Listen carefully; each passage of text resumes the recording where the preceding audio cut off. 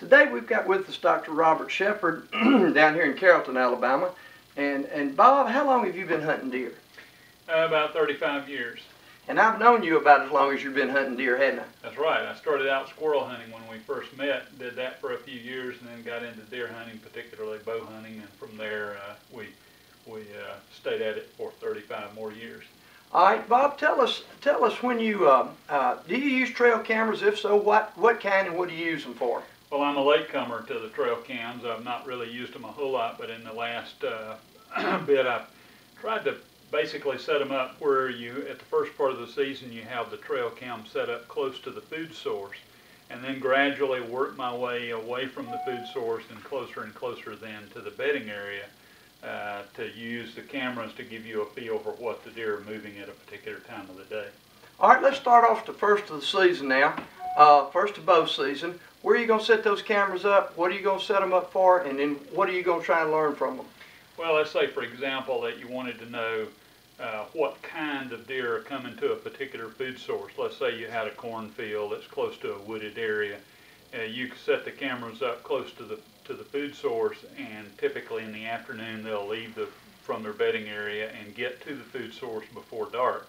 And the trail cams basically give you both what is coming, what quality of deer are coming, how many are coming, and then better than that, you have some idea of the quality of the deer that are coming, so that you can better focus where you're going to hunt on a given day. All right, Bob, when you set up to hunt around, let's say a 50-acre field, how many trail cameras will you put out?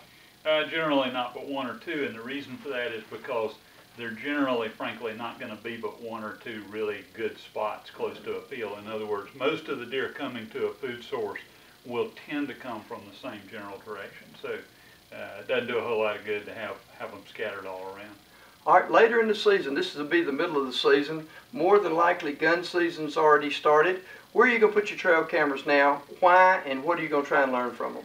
Well, for the same reasons, the same deer are moving in the same areas basically for the same times, and the only difference is they're going to get there earlier in the day or in the morning. They're going to get there later in the day in the afternoon. So you want to be able to move your cameras and your hunting back further and further away from the food source. So 400, 500, 600 yards away from the food source by mid-season. So in our area, that would be Thanksgiving to Christmas. We want to be well away from the food source where both we're hunting and have the camera set up. Okay, at the end of the season now, we've got 2 weeks left in the season. Gun season's been going on. Everybody's been hunting and chasing those deer. Where are you going to put up your cameras, and how are you going to find your deer?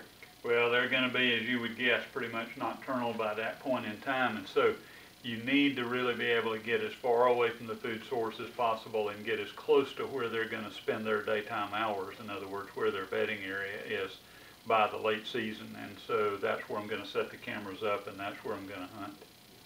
All right, thank you, Bob.